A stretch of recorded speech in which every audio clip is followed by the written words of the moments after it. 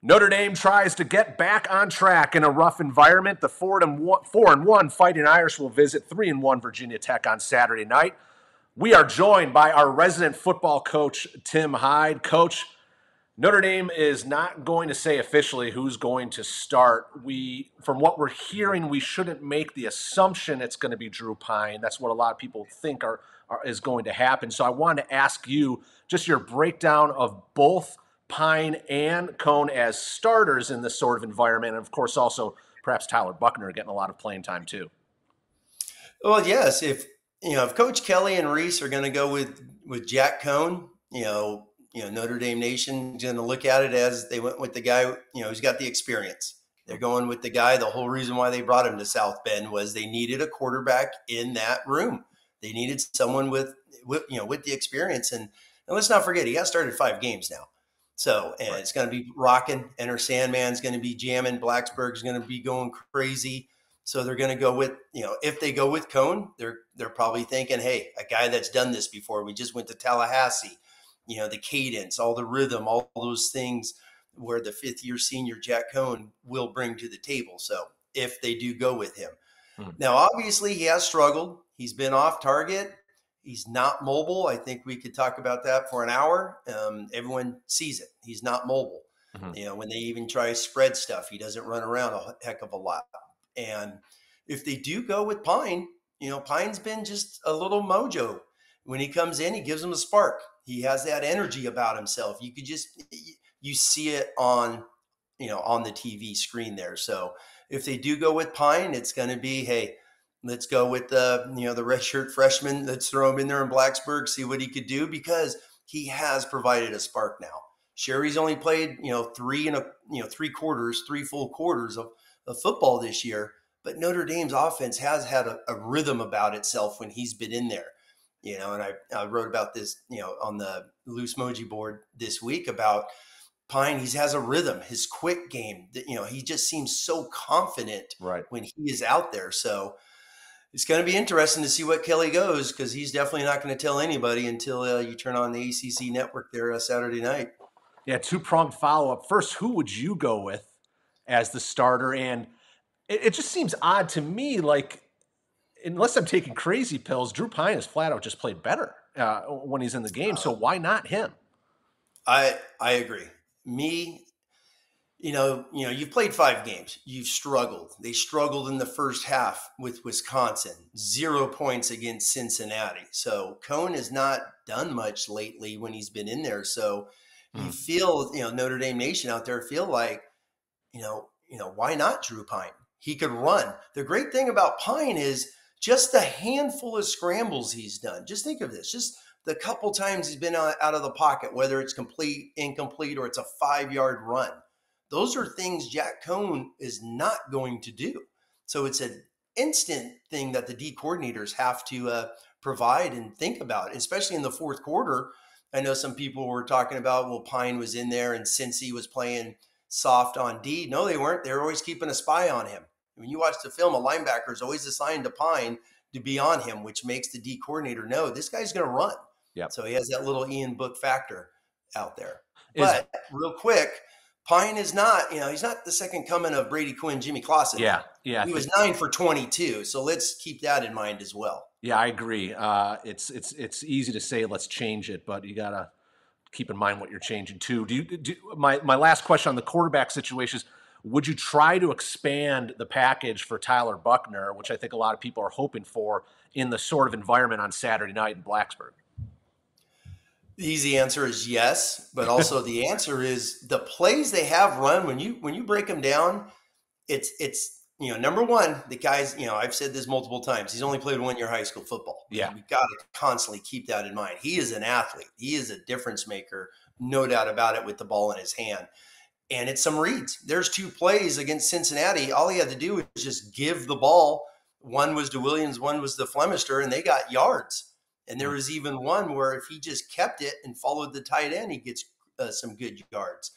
And even the quarterback draw, one of the draws got stuffed. All he had to do was follow Kyron Williams to the right, and he has a hole for days out there. So maybe there are, just to keep fine-tuning it, because it seems like when Tyler Buckner goes out there, he's going 110 miles an hour. He's hyped and fired up, ready to Yeah. go. So it's like, relax a little bit. But that's going back. He's been here in the spring. He's had all the meetings. He's been in camp.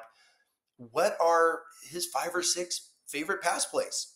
Not saying they're not practicing those. Obviously, Reese and them are giving him what he's comfortable with. But what are those pass plays? For me, and I know, Notre Dame fans out there are just, they just want to see spread and see what Buckner could do with a spread offense, not double tights. Right. Brian Kelly said today during his Thursday press conference that Michael Carmody, Tosh Baker, Joe, all available to play left tackle. We've already seen Blake Fisher at left tackle. Obviously, he's not available. He may be out for the year, but you have some guys coming back, and you have this dynamic of young players out on the edge. Do you think Notre Dame, though, has settled in on a lineup? I mean, they seemed late third quarter and the fourth quarter maybe to find their groove a little bit. Yes, yes, the fourth quarter definitely when Kristofic went in. I mean, Madden was not playing good football, and the 2 plays previous before Kristofic came in for him, he was just a whiff on an outside zone play and pass block, and he just got swim move, and Drew Pine got destroyed. So, do you go in with Kristofic? Obviously they trust Zeke Correll. I mean, let's just get that out of the way. They trust him. He's going to be the left guard moving forward all season long. They're going to go with him. And the left tackle's been flipping the coin is what it's been. It's like who hasn't played? Exactly. Yeah. Who hasn't played left tackle? So Joe Alt was outstanding. I thought Alt was really good looking athlete. Gave up a couple plays at the end.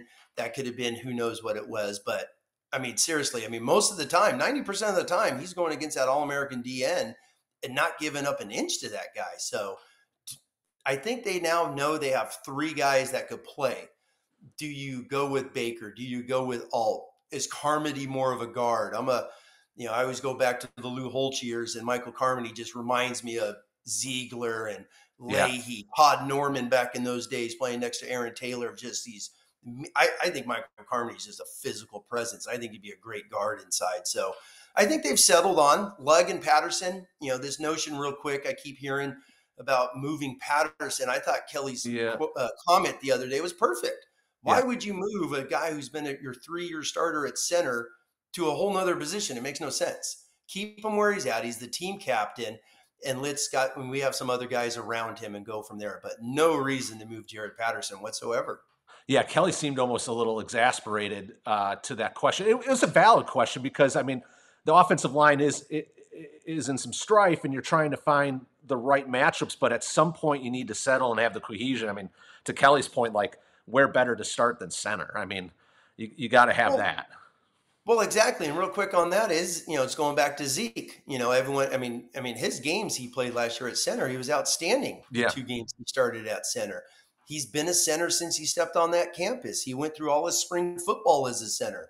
And that's going back to, once again, he did not know he was going to play left guard until the first week of fall camp, day 1, basically. So, Patterson is who he is. You got to leave him there. I think it's also worth noting Virginia Tech has a solid defense, certainly some good linebackers, but they don't have a George Karlaftis, Myjai Sanders game-wrecking type defensive end. So maybe it's an opportunity for the Irish offensive line to settle down a little bit at left tackle and get a good game in. The other thing I want to talk to you with Coach Hyde is kind of the storyline of, I've brought up the point in previous videos that Notre Dame fans aren't used to losing in the regular season. They've had so much success. There's been this almost immediate turn after just one loss to talking about, well, let's start prepping kids for next year and the future. They do have some young guys. I think people want to see more. Prince Colley at one of the linebacker spots. I think people want to see more of Deion Colsey and Lorenzo Styles at receiver. But how would you manage that, particularly in the middle of the year where you might start to see a little bit of fatigue with the older guys? Well, this is going to Mike Singer's question that Mike's talked about multiple times. Do you want to be 8-4 or 10-2? Yeah. Do you want to be 8-4 and just play all the young guys? No, you want to win football games. They've lost one, so the goal is to be 11-1 and play on a Big Six football game. So no, you want to play it's Notre Dame football. So Notre Dame is not, going to hang out and go 7-5, 8-4 to give a couple guys some reps in the freshman class. I think that's a no-brainer now. So you definitely want to win as many, as you can. But at the same time, some guys are going to have to step up. We just learned Joe Wilkins isn't going to be in the rotation, Right. which means more Styles, more Colsey, J.D. Bertrand, who has been an absolute stud. I mean, he's played at an All-American level this year.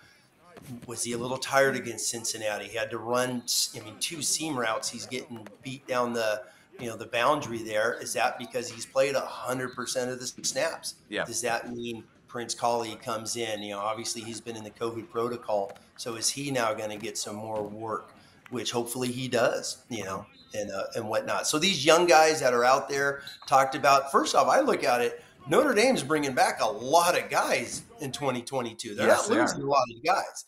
Just look at the game against Cincinnati. Number 90 was out there. The big, tall German DN was out there for APA, so he's getting on the field. Yep. 99's playing more. They got all the inside guys, so they do have a lot of young football guys playing.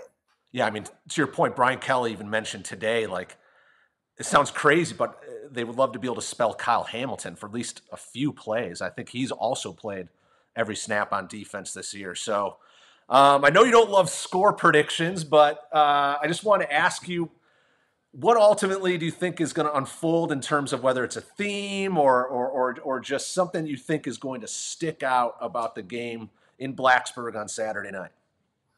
Well, number one is I'm a big Lou Holtz fan, and Lou Holtz always talked about every week is a completely different team. You're never the same one week from one. So that's why predictions are always quite interesting, because you have no idea what's going to happen. So I always look at a theme, a common theme. And you just mentioned Notre Dame fans, they haven't been used to a loss. So I looked at the last couple of times they have lost, obviously 18 and 20. They went to the college playoffs, undefeated regular season.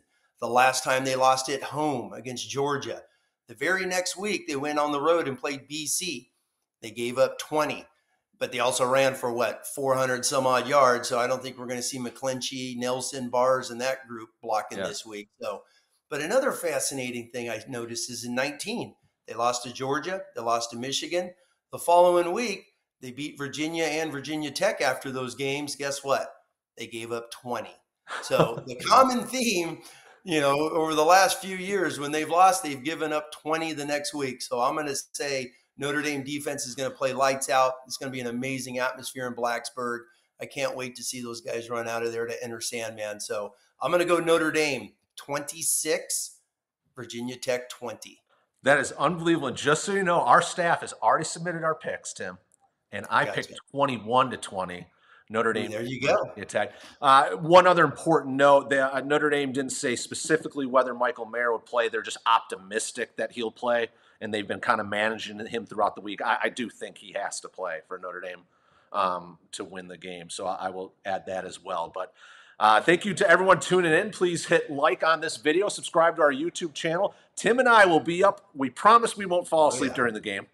And we'll be live after the game, which will be probably, close to midnight Eastern. But yeah, I mean, ACC Network's not NBC, so we're not going to have a 4-hour game. So that's a good thing. Yeah, it'll probably be more closer to 11. But it's usually 15 minutes after the game ends. We usually round it to the nearest 15-minute point. So hope you guys tune in. We'll certainly, after games, we get all fired up one way or the other and like to talk a little football with some immediate reaction. So thank you, everyone, for tuning in.